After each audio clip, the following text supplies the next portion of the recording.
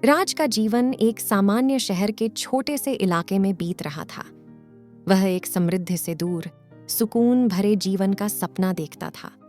उसकी कहानी शुरू हुई एक बार जब उसने एक महिला से मिलन किया जिसने उसके सारे सपनों को रंगीन बना दिया।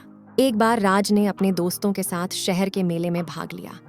वहां उसने सीमा से मिला जो बाजार की गलियों में खो रही थी। राज को उसकी मुस्कान पर बहुत अच्छा लगा और वह उसके पास गया। नमस्ते, मैं राज हूं, उसने मुस्कुराते हुए कहा। सीमा ने भी मुस्कुराते हुए उत्तर दिया, मैं सीमा हूं, तुम्हें कैसे पता कि मेरा नाम क्या है? राज ने कहा, तुम्हारी मुस्कान ने सब कुछ कहा। वे बातचीत में खो गए और वह दोनों मेले की रेलवे प्लेटफॉर्म पर घूमने लगे।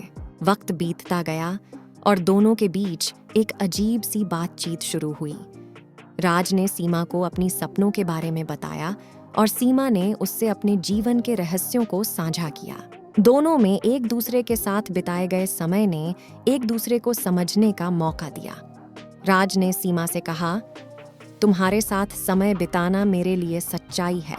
एक दिन जब बारिश हुई, वे एक छत पर बैठे रहे और बूंदों की आवाज सुनते रहे।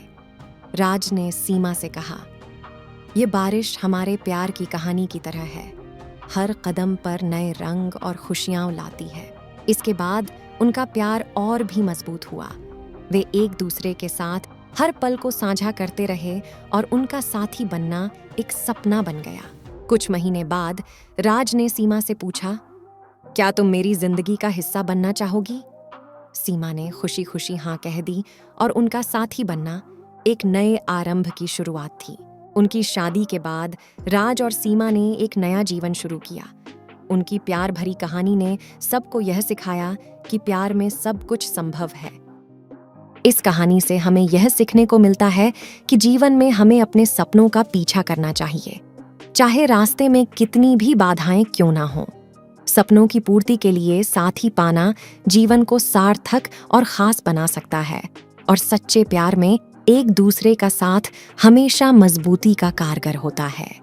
इस कहानी के माध्यम से हमें यह बात याद रहती है कि आगे बढ़ने के लिए हमें अपनी मेहनत, संघर्ष और विश्वास में दृढ़ता बनाए रखनी चाहिए। Like and subscribe.